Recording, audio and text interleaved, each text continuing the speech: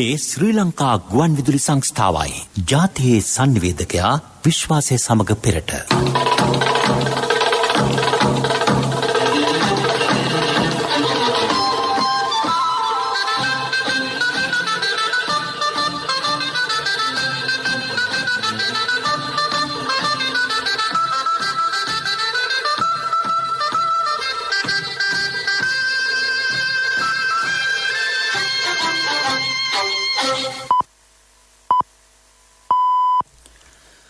වේලාව උදෑසන 6යි. මේ ශ්‍රී ලංකා ගුවන් විදුලි සංස්ථාවයි. මෙන්න ප්‍රවෘත්ති. සංස්කරණයේ මොහාන් පෙරේරා, ප්‍රකාශය TDKA ජයන්ත. ඉන්ධන මිල ඉහළට. නව තෙල් පිරිපාදුවෙන් වාර්ෂික තෙල් ආනයන වියදම ඩොලර් මිලියන 300කින් පහළට. වැඩිහිටි පුද්ගලයන්ට කොවිඩ් එන්නත ලබා දීමෙන් දෛනික මරණ සංඛ්‍යාව විශාල ලෙස අඩු කරගත හැකි බව රජයේ වෛද්‍ය නිලධාරීන්ගේ සංගමය පෙන්වා දෙයි. මහනුවර මහමේනා අසුපේ ඉදිකළ කොවිඩ්-19 ප්‍රතිකාර මධ්‍යස්ථානය අද ජනතා අයිතියට. සෞඛ්‍ය වෘත්තීය ක්‍රියාමාර්ග පිටුපස සිටින්නන් හඳුනා ගැනීම. රබර් කෘෂි දීවර අපනයන මගින් ඩොලර් බිලියන 5ක ආදායමක් උපයා ගැනීමේ සැලැස්මක්. වයඹතික බෙන්ගාල බොක්ක මුහුදු ප්‍රදේශයේ අඩු පීඩන තත්ත්වයක්. දීවර හා නාවික ප්‍රජාවට අනතුරු ඇඟවේ. ඉතියෝපියාවේ ටයිග්‍රේ පළාතේ ළමයින් 33000ක් මිය යාමේ අවධානමක. ටෝකියෝ ඔලිම්පික් උළෙලට ඉන්දියාවෙන් ක්‍රීඩිකාවන් 100ක්. ඊයේ මධ්‍යම රාත්‍රියේ සිට බලපෑත්වෙන පරිදි ඉන්ධන මිල ගණන් ඉහළ නංවා තිබේ. ඒ අනුව පෙට්‍රල් 92 ලීටරයක මිල රුපියල් 20කින් වැඩි වී ඇත. නව ලීටරයක මිල රුපියල් 157කි. පෙට්‍රල් 95 ලීටරයක මිල වැඩි වී ඇත්තේ රුපියල් 23කින්ය. එහි නව මිල රුපියල් 184කි. ඔටෝ ඩීසල් රුපියල් 7කින් වැඩි වී තිබේ.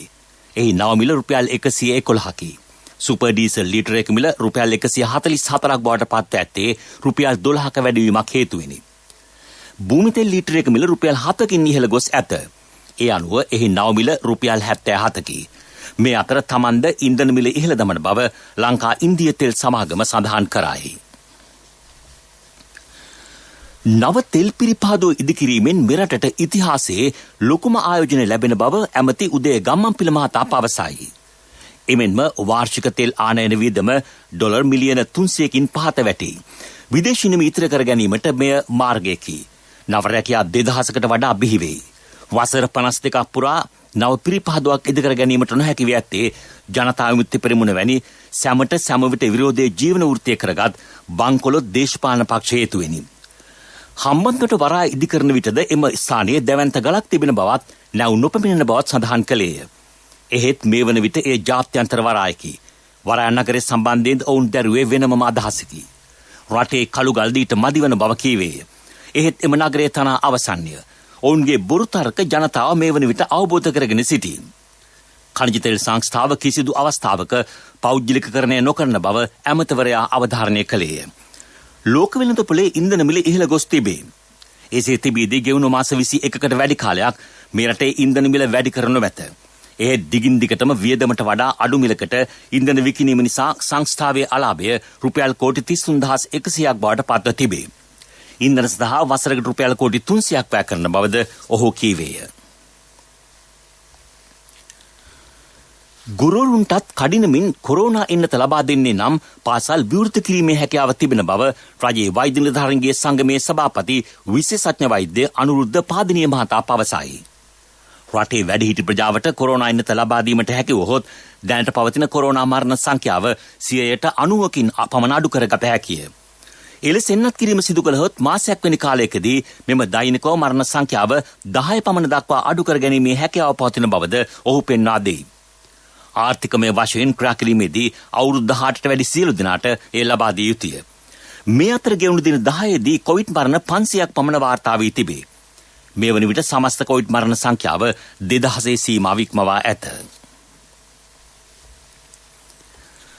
මහනුවර කුණ්ඩසාල මහමෙවුන ආසපුවේ ස්ථාපිත කෙරුණු කොවිඩ් අතරමැදි ප්‍රතිකාර මධ්‍යස්ථානය සෞඛ්‍ය අංශයට බාර දීම අද පෙරවරු 9:30ට සිදු කෙරේ. මෙහි රෝගීන් දහසක් සඳහා පහසුකම් සලසා ඇත. COVID-19 මර්ධන වැඩපිළිවෙලට සමගාමීව මෙවැනි අතරමැදි ප්‍රතිකාර මධ්‍යස්ථාන දිවයිනේ ප්‍රදේශ රාශියක ඉදිකිරීමෙන් පවතී. මහමෙවුනා සුපුවේ නිර්මාතෘ පූජ්‍ය කිරිබත්ගොඩ ඥානානන්ද ස්වාමින් වහන්සේගේ අනුශාසනා පරිදි මේ මධ්‍යස්ථානයේ පිහිටුව ඇත.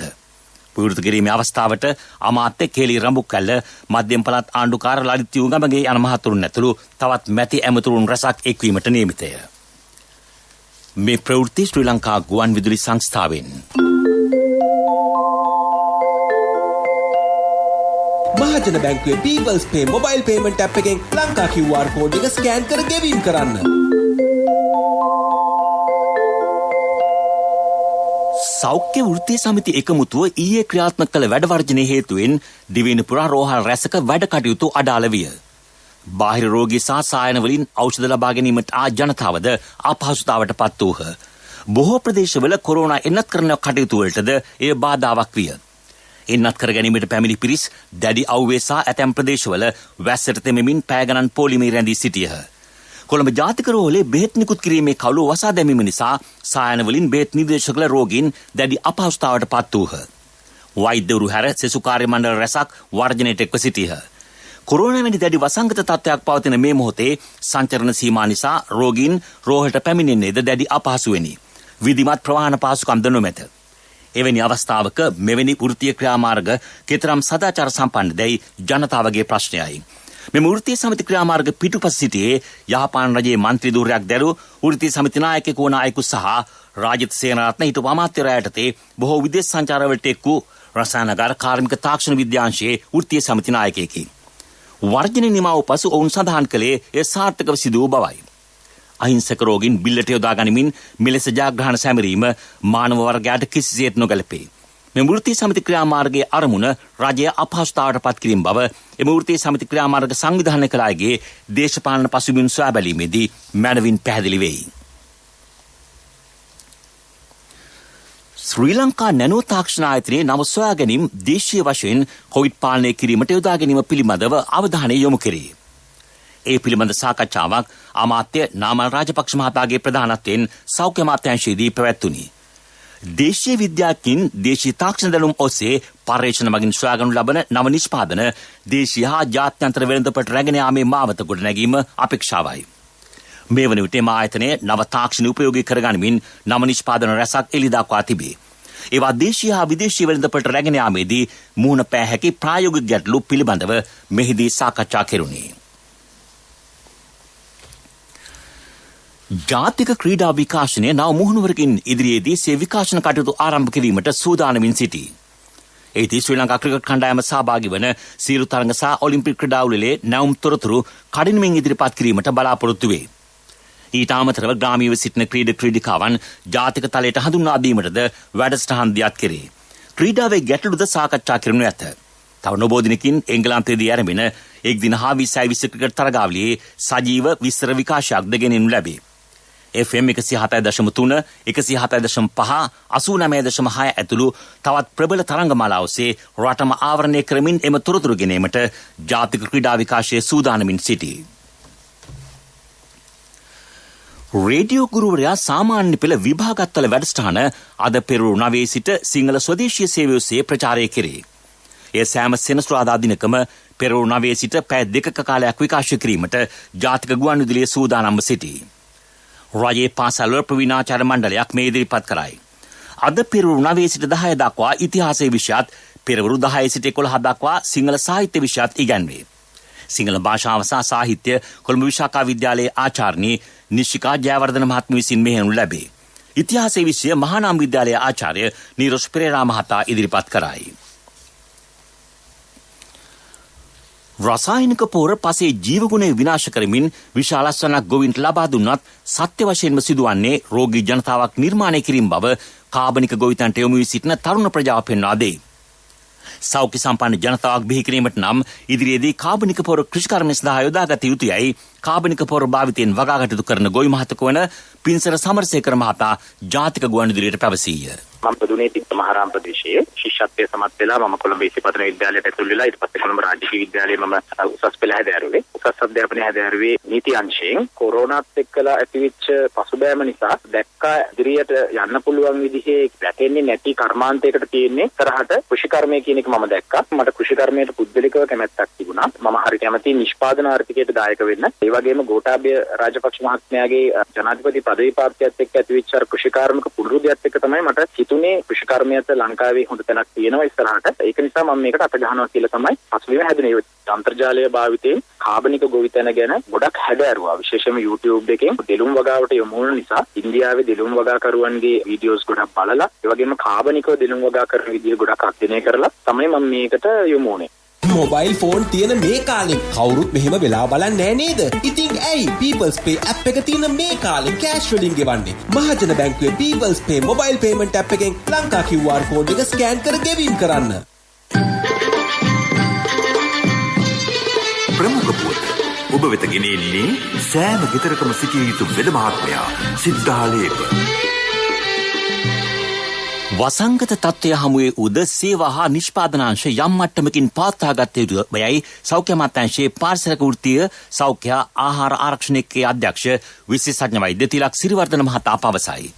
එහිදී කොවිඩ් පාලන පියවර මෙන්ම ආයතන පවත්වාගෙන යාම සම්බන්ධයෙන් සෞඛ්‍ය අමාත්‍යාංශ නිකුත් කළ මාර්ගෝපදේශ පිළිපැදිය යුතුය. සෞඛ්‍ය අමාත්‍යාංශයේ වෙබ් අඩවියෙන් මේ මාර්ගෝපදේශ බාගත කරගත හැකිය. සෑම ආයතනයක්ම කේන්ද්‍රගත පුද්ගලයෙකු පත් කළ යුතුය. දැනටමත් රාජ්‍ය සේවයේ ඇතැම් ආයතනවල එවැනි අය පත් කර තිබේ. ඔවුන් ආයතනයේ සේවය කරන්නේ නම් ගම් ලිපින සේවයට පැමිණෙන ආකාරය පිළිබඳ විස්තර ළඟ තබා ගත යුතුය. අවශ්‍ය විට ඒවා සෞඛ්‍ය කාර්ය මණ්ඩලයට ලබා දීමට ඔවුන් බැඳී සිටී. ප්‍රමුඛ පුවත් ඔබ වෙත ගෙන ආවේ සෑම ගෙදරකම සිටිය යුතු වෙද මහත්මයා සිද්ධාලේප.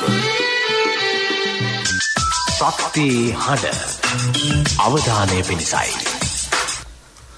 මහනුවර මාතලේ හා නුවරඑළිය දිස්ත්‍රික්කවල කුමන ආකාරයේ හෝ පරිසර විනාශයක් සිදුවන්නේ නම් කඩිනමින් දැනුම් දීමට මධ්‍යම පළාත් ආණ්ඩුකාර කාර්යාලයේ විශේෂ ඒකකයක් පිහිටුවා තිබේ.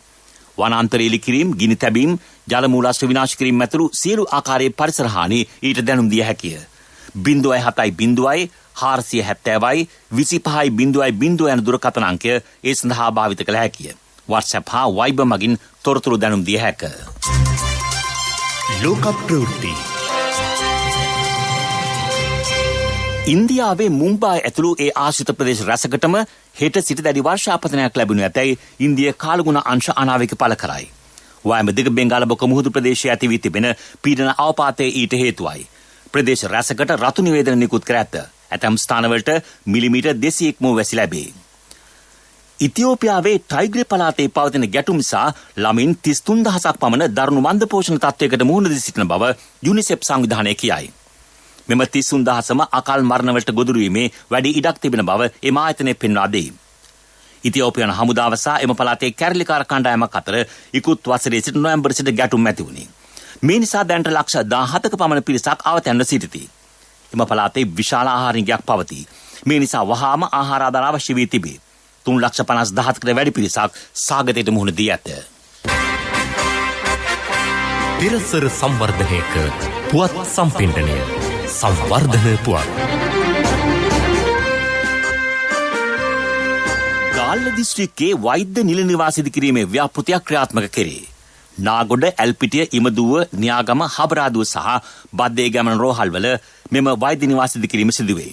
මේ සඳහා වැය කරන මුදල රුපියල් මිලියන 250කි. මේ වසර අවසන්වීමට පෙර මෙම ව්‍යාපෘතිය නිම කිරීමට අපේක්ෂා කෙරේ.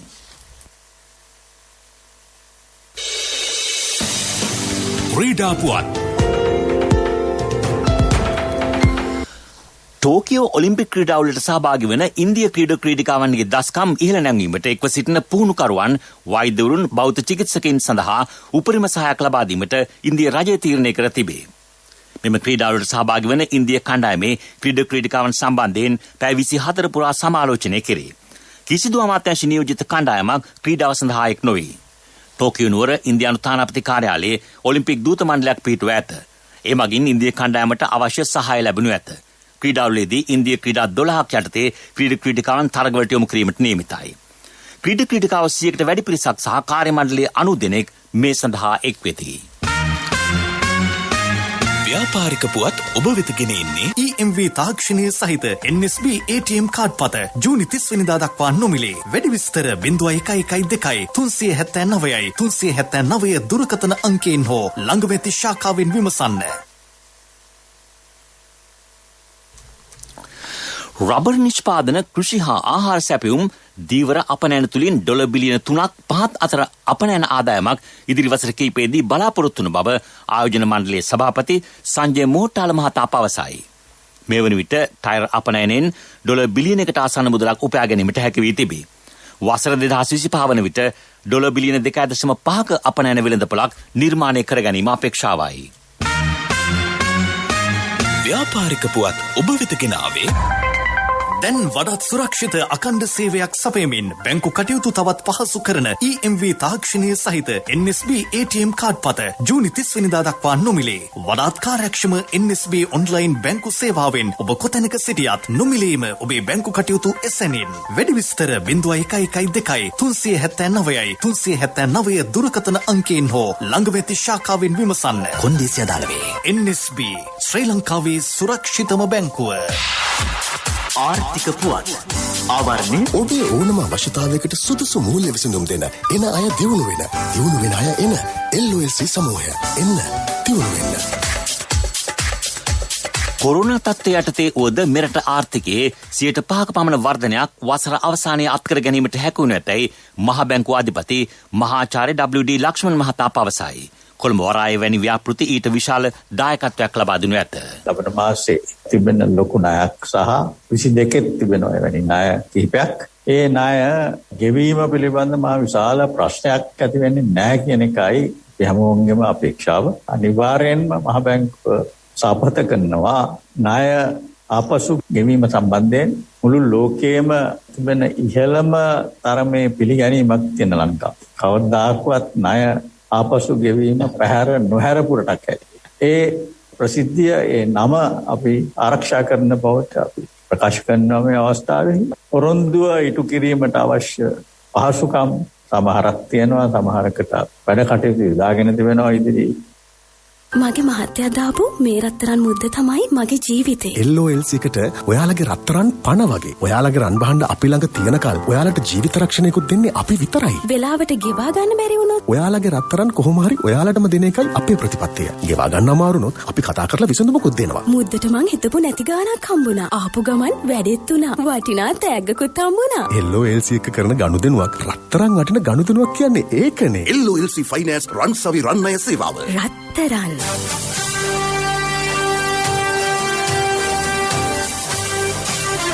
කාලගුණ වාර්තාව ඔබ වෙත ගෙන එන්නේ සයුරු දීවර කාලගුණ තොරතුරු සේවාව. ඔබගේ ප්‍රදේශයට අදාළ කාලගුණ තොරතුරු නොමිලේ එසැනින් ඔබේ ඩයලොග් දුරකථනයට 828 අමතා ලියාපදිංචි වන්න. දීවර හා ජලජ සම්පත් දෙපාර්තමේන්තුව සහ කාලගුණ විද්‍යා දෙපාර්තමේන්තුවේ ඉදිරිපත් කිරීමකි. සයුරු සමග සොරැකීම. වයඹතික බෙන්ගාලබොක්ක මුහුදු ප්‍රදේශයේ අඩු පීඩන කලාපයක් වර්ධනය වී ඇත. ඉදිරි පැය 24 තුලදී එම පද්ධතිය තවදුරටත් එම ප්‍රදේශයේම වර්ධනය වී බටහිර දෙසට බරව වයඹ දෙසට ගමන් කරනු ඇත. මේ නිසා ඒ ආශ්‍රිත මුහුදු ප්‍රදේශවල දීවර හා නාවික ප්‍රජාව අවධානයෙන් ක්‍රියා කරන්නයි කාලගුණ විද්‍යා දෙපාර්තමේන්තුව ඉල්ලීමක් කරයි.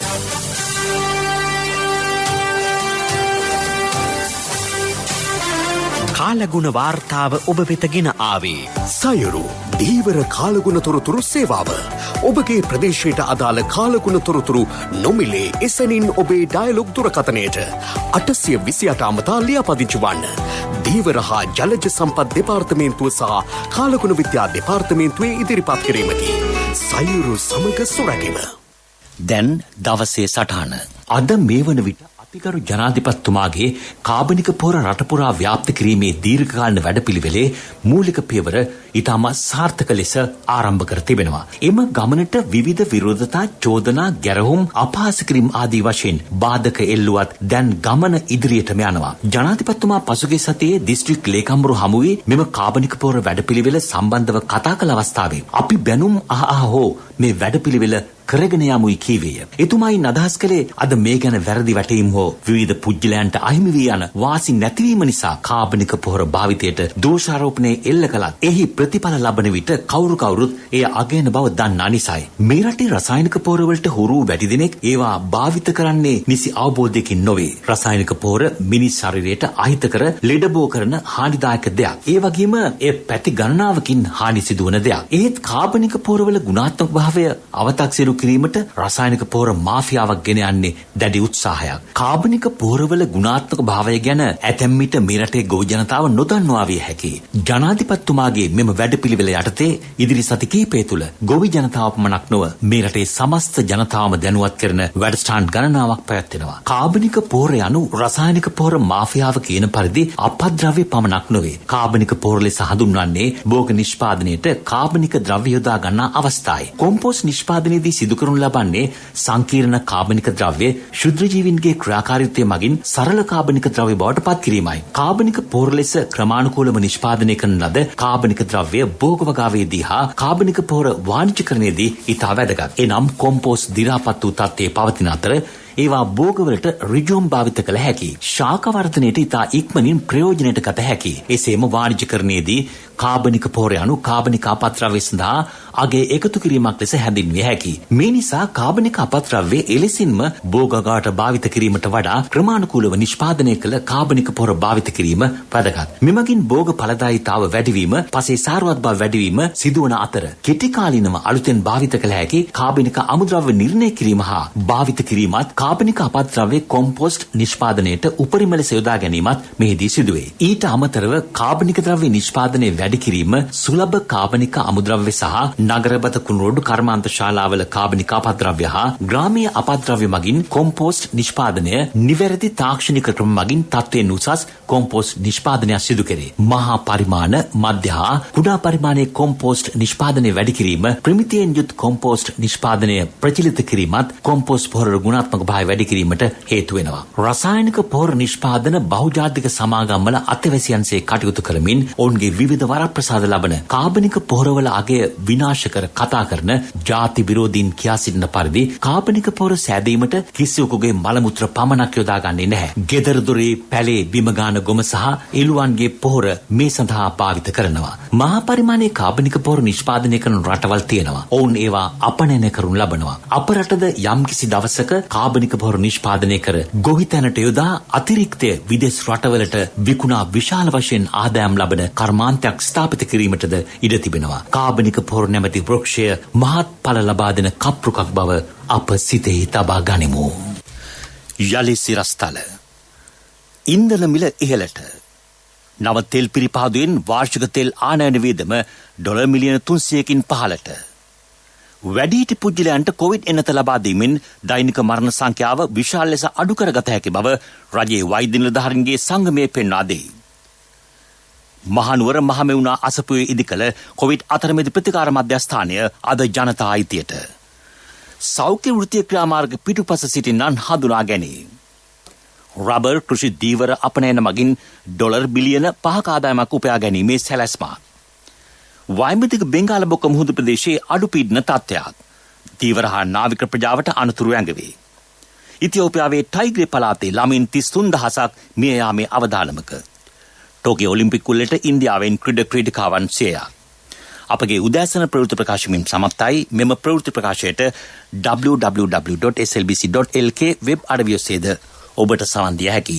මීළඟට අපගේ ප්‍රධාන ප්‍රවෘත්ති ප්‍රකාශය දහවල් 12:45ට.